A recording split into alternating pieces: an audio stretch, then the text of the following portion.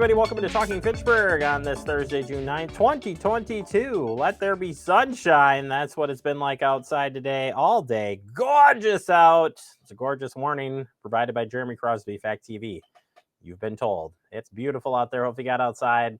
Maybe you're sitting outside watching us right now because you can do that on your phone, tablet, or any of your favorite devices because we're streaming all the time.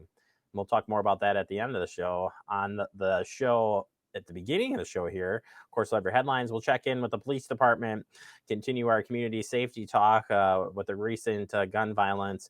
I wanted to continue the conversation with Lieutenant Ned Hartwig of the Fitchburg Police Department as we discuss more. Again, it's all about talking through this and preparations that have been made here in the City of Fitchburg and Police Department. We'll talk to you about the details of that. Plus, the Department of Ag, Trade, Consumer Protection is here, and we're talking about Internet Safety Month. We'll have that for you. And yeah, we all can do better when it comes to being safe online and need those reminders. We'll tell you what DHECP wants you to look out for coming up here in just a little bit of time. Happening now, well, probably closing here now, but I want to throw this out there. You remember that the Fitchburg Farmers Markets happens every Thursday. It runs May 5th through October 27th outside at the Agora Pavilion, 5500 East Sherrill Parkway in Fitchburg, 3 to 6 p.m. every night. And you're like, Jeremy, why are you telling me this? It already just closed. Well, yeah, you missed it, but it comes back around next week. And next week is Strawberry Fest, Thursday, June 16th. Going to be a lot of fun. And then we've got all the other festivals happening all summer long. Kids Fest is on Thursday, July 21st. Market Pig Roast. Who doesn't like good pig roast? Thursday, August 18th. And Fall Fest, Thursday, September 15th. Yeah, we're not going to talk about Fall Fest. That's too many memories from what we just got out of. And then Master Gardens booth will be there the 2nd and 4th Thursday of each month as well. So just some of those outside activities that they have available for you with the farmers market. But Strawberry Fest next week. Get excited. All right, City of Fitchburg job openings. We still got some job openings. Come join Team Fitchburg right now. Administration intern, building attendant, community development planner, a new one just coming up. We have a police officer lateral and entry-level position, police records clerk, production assistant at Fact TV. Won't tell you who's leaving. Public works maintenance worker for utility and summer outreach assistant. All right, I'll tell you, Andrew Bamlett is leaving the show, and we're so bummed about it, but he can be replaced. Oh, wait, he's still here. I'm sorry. Sorry, Andrew. Summer reading kickoff is happening by joining us at the Fitchburg Public Library tomorrow morning, Friday, June 10th. At 10 a.m. Guess what? This petting zoo is awesome. It's got a little bit of everything. All right, get ready. They got bunnies. They got chicks. They got Scott's favorite lambs, goats, calves, pot-bellied pigs, even a mini donkey, duck, goose, and chickens. And yeah, there's even pony rides. Scott cannot partake in. In fact, nobody at Fact TV will be partaking in pony rides, but you could with your kiddos tomorrow, right out front of City Hall in the library. All right, Electric Vehicles 101 event coming up. Get this on your calendar if you're interested at all on electric vehicles. Thursday, June 23rd. This place you're going to want to be at 6:30 p.m. at Fitchburg Public Library. Learn about electric vehicles from MG and get the opportunity to see them in person. Come ready to ask about the real EV owners. Your questions about EV ownership. Scott's got an EV. No, he doesn't. He should get an EV. Get an EV, buddy. Come on. All right, switching gears here. Beach Hazards and Water Safety Awareness Week. A great topic to have. Just got my kiddo in swimming lessons. Started last night. This is good stuff, though. Today's topic, designate a water watcher. And when you're a water watcher, and I've noticed this. I went to a beach the other week, and I was looking around, and I was like, they got their kids swimming in the pool, and this person's on their phone. They're not the water watcher. If you're the water watcher, you have to watch those folks. That means no distractions, no phones, no anything, because you're watching for any signs of drowning. So if you're the watcher, take the oath. Don't be distracted. Keep an eye on those swimmers. All right, that does it for our headlines. Coming up next, we open up our digest. We're going to be talking continuing our community talk about gun violence. Plus, we're going to check in with Department of Ag, Trade, Consumer Protection on Internet Safety Month. It's a busy TF, and we're glad you're here.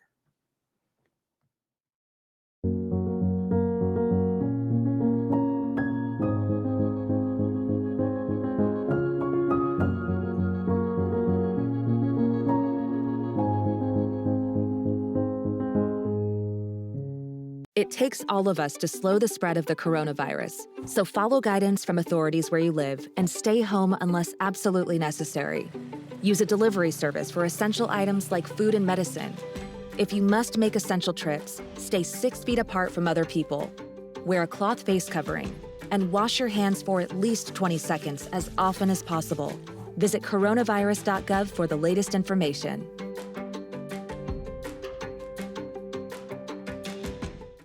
Severe weather can strike anytime, anywhere, but there's a simple way to stay safe.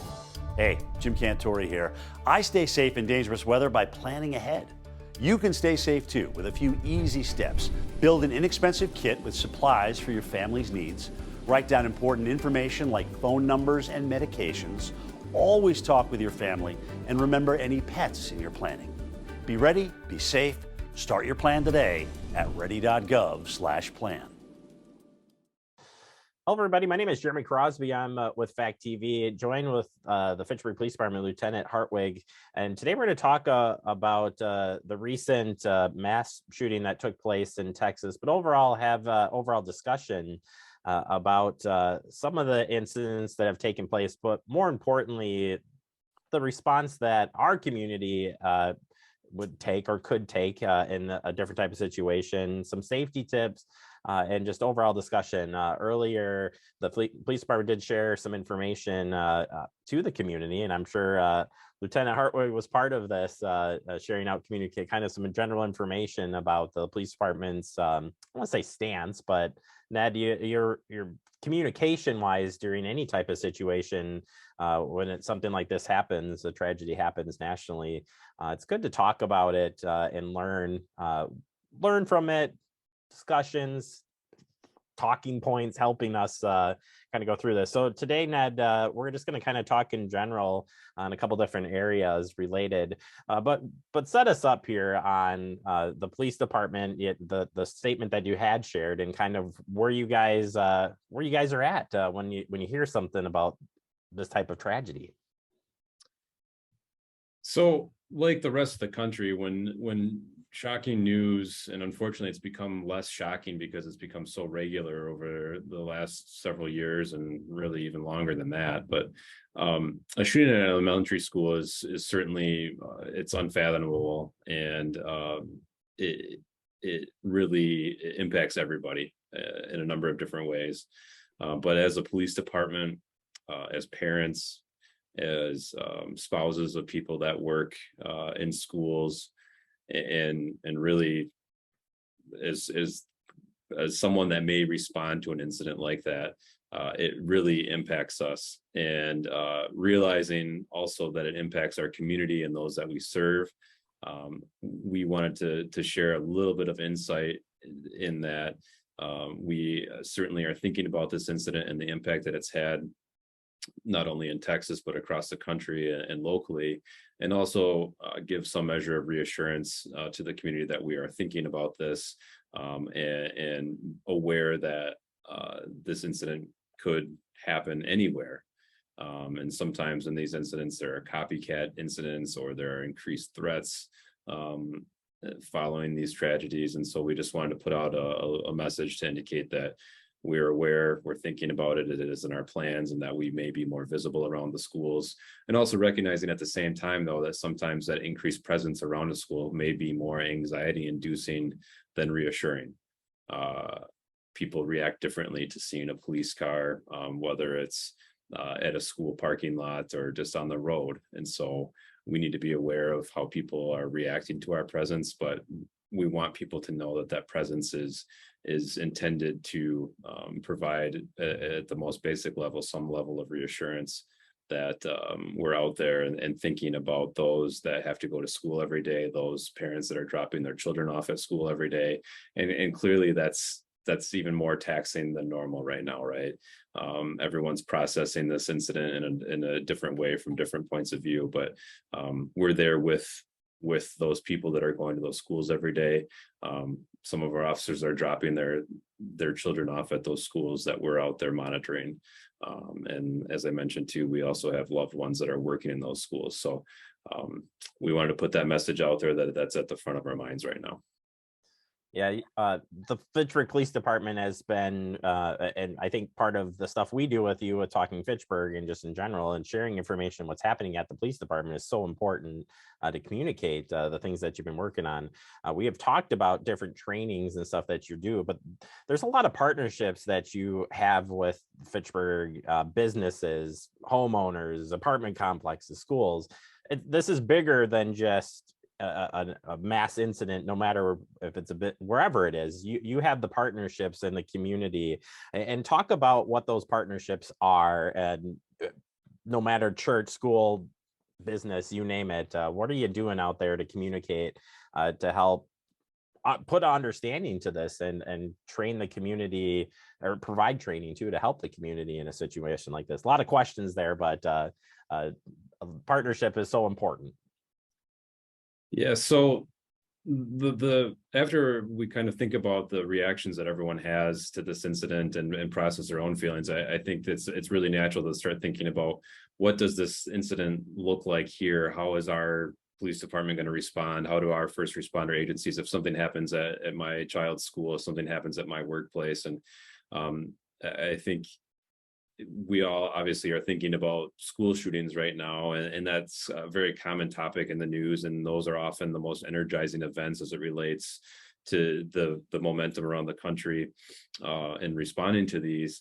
But looking at some statistics, workplace violence is incredibly prevalent, and also over the last year, a number of incidents occurred, active shooter incidents occurred in places of commerce that are open to the public, where there are a number of different types of targets, or in open air areas like parks. And so, as you're mentioning here and talking about partnerships, it's important for us to work with all of our members of our community, whether they're schools, businesses, places of worship.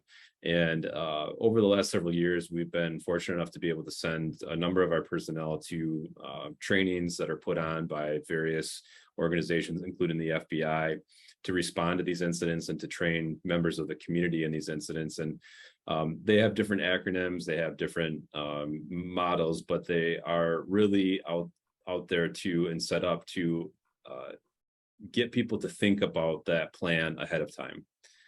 We have all participated in a fire drill. No matter how long ago you went to school, we all participated in a fire drill. We've all been a part of a fire alarm going off at a business, and severe weather, tornado season. Most people are familiar with those types of plans. And unfortunately, over the years, responding to active shooter events has also been mixed into that as well. And so these courses and topics that we train on and then train the community on are really about encouraging people to have that plan in place and to have something that's simple and easy to follow. And so a lot of them are very simple, and they talk about notifying the people that are in that business of an incident, and what either sheltering in place and hardening that place that you're sheltering, or evacuating, and in some instances being able to fight back. It's disheartening to think that sometimes the best response is arming people with common office objects to fight back in an incident like that, but at least putting that thought out there. And so what we have been trying to do is work with and make ourselves available to businesses to not necessarily consult on putting those practices into place or telling them what to do, but several of our personnel have put on trainings throughout the city, banks, churches, and schools, to really talk about what a model might look like and how to put that model into place. So beyond those types of trainings, we've also spent a lot of time walking through some of our larger businesses, learning the layouts, having meetings in advance with those that are responsible for security or facilities at those businesses, to really learn more about what we might be getting into in the unfortunate event that an active shooter incident or other similar situation might take place. And so again, the principle here is really, as uncomfortable as it may be, and as easy as it is to say it's not going to happen here, it's very important that our communities start thinking about these things if they haven't already, and engaging in the number of resources that are out there on the internet, the number of trainings that are available, videos to watch, and to get these thoughts going in your workplace or wherever people may gather, or to reach out to us and say, hey, how can you help us? What can we do better?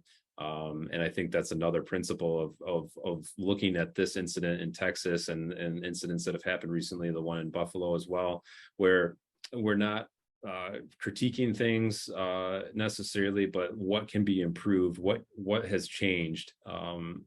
Nothing stays the same, and so responses and ways of thinking about these situations should change too. Yeah, if anything, I can tell you that from somebody looking in from the outside, and well, I mean, I'm in the inside, but we shared different information about all of our departments. So I'm not directly involved in the police department. I am part of the city, but we have gone in on some of these trainings and been part of sharing the information and the training and the stuff. And I can say it's been an eye opener for me. And I like to think I know a lot of things, but there are so many things that I've learned just from attending your guys' trainings and sharing out the information. And I think that's important, is to keep this communication line open and keep sharing information. There's a whole nother side to talk about mental health and resources and that sort of thing. And I want to put that to the side for another conversation, Ned, as part of this discussion. But to kind of wrap it up on the side of the stuff we've talked about today, if people wanted to find some of the resources, whether it be training from the Fitchburg Police Department, how do I talk to my kids, where do I find the mental health? So we will have another mental health discussion, I promise. But where would you suggest we start? So there are a number of avenues to go. We have a form you can submit on our website if you're interested in Fitchburg and have a business or organization that you're interested in getting some training, some on-site training. And if nothing else, having a conversation with our experts. We have a couple of sergeants who are really our experts and have been involved in putting on our trainings internally. And there are a whole host of other resources that we'll be adding to our website. The Department of Homeland Security has a lot of information that's out there. And I think we'll be able to share some information here with you online as well, that we can link to everything. But there are a whole host of resources that are out there related to setting up these plans, putting on trainings, how to talk to your kids about preparing them for things they may be exposed to in school, whether it's an active shooter drill or just the concept in general of prioritizing your safety, the steps to take, looking for opportunities to escape a situation like this, and just getting age appropriate conversations with your kids are really important. And if you are interested, again, go to our website. There is active threat response link on there, and we'll get some more information up in the next couple of days for people to check out. Lieutenant Hartwood, thank you so much for the information. We'll talk about mental health as well as part of this in another piece, which is another part of the discussion points here. But we look forward to talking more on topics and continuing to keep the communications up with the police department, getting the information out there for residents. Thanks for the opportunity to speak with you. You could be spreading the coronavirus without realizing you have it. So follow guidance from authorities where you live and do your part. It's important to limit in-person interaction with anyone outside of your immediate household, but phone and video chat are safe ways to connect. It's also important to limit any social gathering. This advice applies to people of any age, including teens and younger adults. Visit coronavirus.gov for the latest information.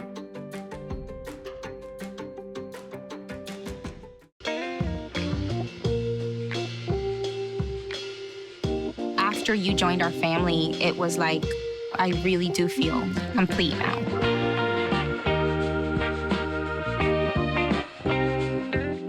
Brandon met a girl on a dating app. He finally found the courage to ask her out. No answer. He started to panic. Was he being... Hey, sorry I didn't respond. I was driving. She must be a keeper. We're all just trying to keep things running for those who rely on us. That's why we don't have time to be sick with the flu. We don't have time for delays. We don't have time for spills. Next. We don't have time for setbacks. Let's be real. Getting the flu shot Helps you fight the flu. Get a flu shot for yourself and those around you too. Welcome back into Talking Fitchburg. Joined today from the Department of Aid, Trade, Consumer Protection. It's my friend. I've called you my friend all this month, and I if I hasn't set in yet, Michael, you and I are besties now. How you doing? I'm doing great, Jeremy. We're gonna have matching lockets here anytime soon. Exactly. Well, this month is June, or June is Internet Safety Month, and before you go out and buy that locket, you could use some great resources here that might help you in navigating said internet. The internet, boy, is that a bundle of fun. It's somehow interwoven into every single thing that we do in this day and age. But great time to talk about it every year because June is Internet Safety Month. and this is why we're besties. So taking the time out each and every year is so important because there are so many things that change in the world of online safety, but also the education piece of all of us. All of us. There is no particular person that isn't gonna deal with some type of internet scam, you name it, out there.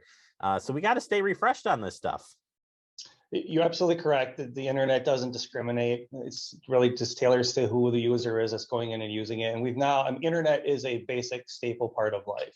It's been around for decades, and just about every business or industry is dependent on it. So with that, of course, comes risks. And we want to try and tailor our advocacy for what particular groups. And this year, for June Internet Safety Month, we're targeting kids, the youth, and making sure that parents have some awareness, not just of the risks, but also the resources and tools available to help them educate the kids. They're already internet savvy. Most schools require them, to use the Chromebook and stuff. So what are some other things they might be doing in that downtime this summer when they're not in school?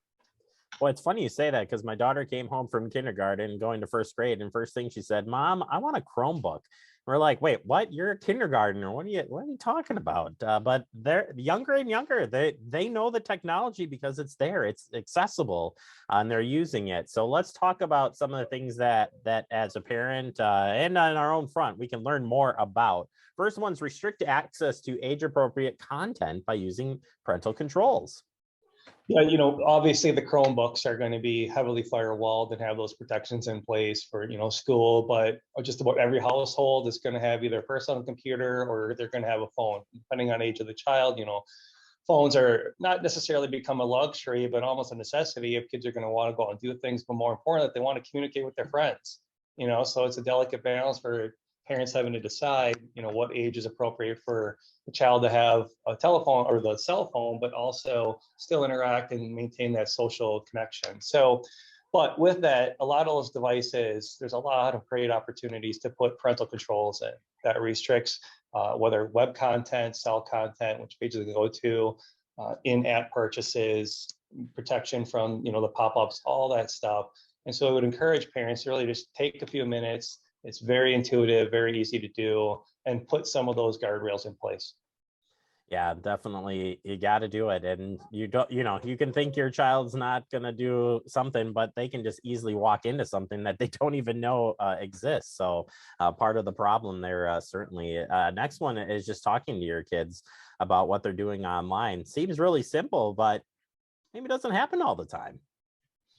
It isn't, and as many protections as you want to put in place, for the most part, the internet's infinite. And so, a couple of web addresses might sneak through, or, maybe their friends don't have the same protections on their devices, so they're talking about certain things, and unfortunately with the exposure, being that vast and younger, it's important to talk about what's out there and what the risks are. What can happen on social networking sites, what happens if they're being asked to, purchase something or being pop up, or even just some of those risky dialogue that they need to be aware of and talking to strangers or how that works. So making sure they understand what they should be clicking on, who they should be talking to, what can actually be downloaded, what shouldn't be downloaded, things like that.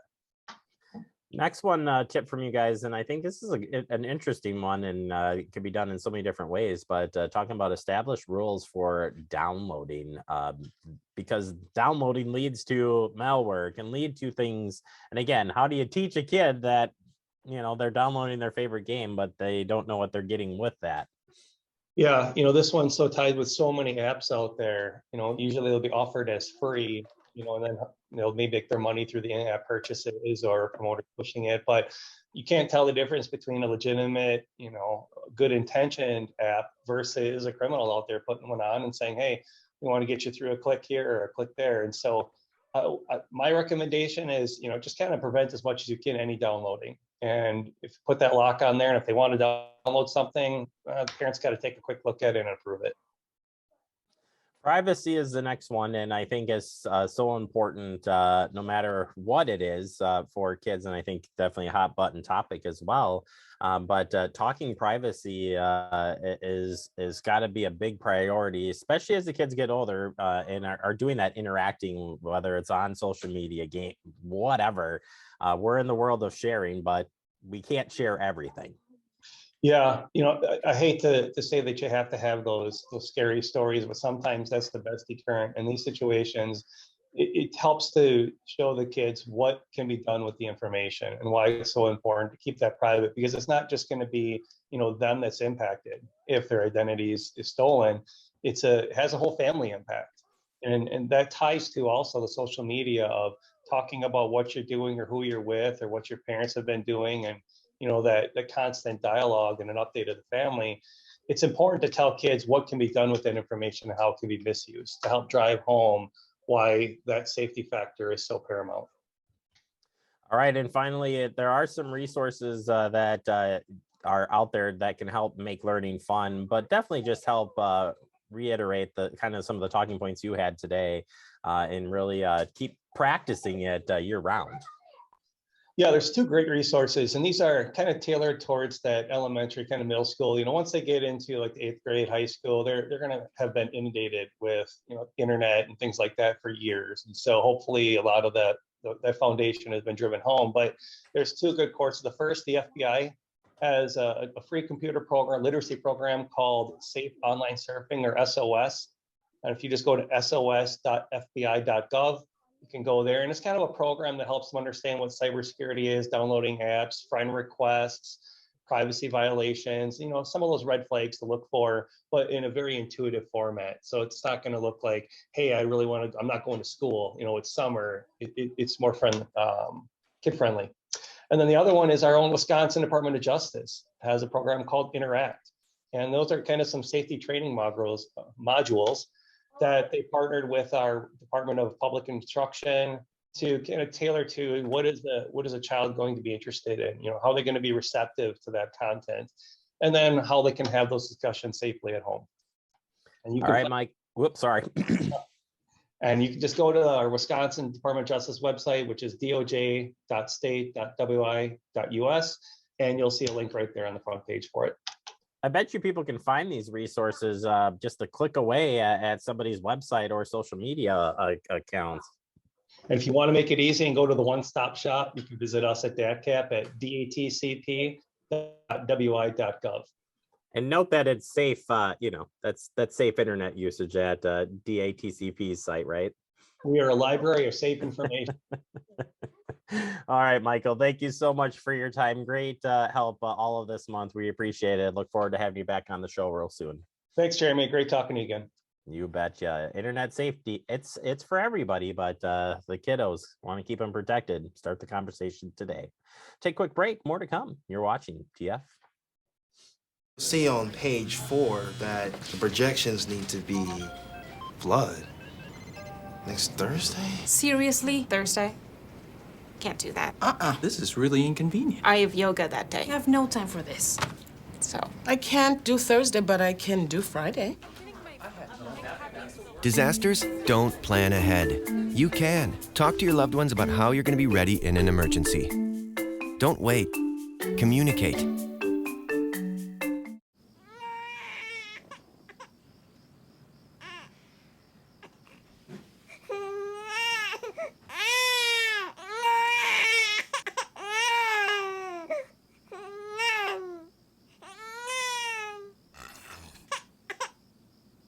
If you love them enough to suck the snot out of their nose at 4 a.m., then surely you'll check nhtsa.gov/the right seat to make sure they're in the right car seat. Welcome back into Talking Fitchburg. Wrapping up the show for the day. I want to thank Lieutenant Ned Hartwig from the Fitchburg Police Department helping us out. And of course, our friends at Department of Aid, Trade, Consumer Protection, Internet Safety, and you. It's all about you folks. Have a great day.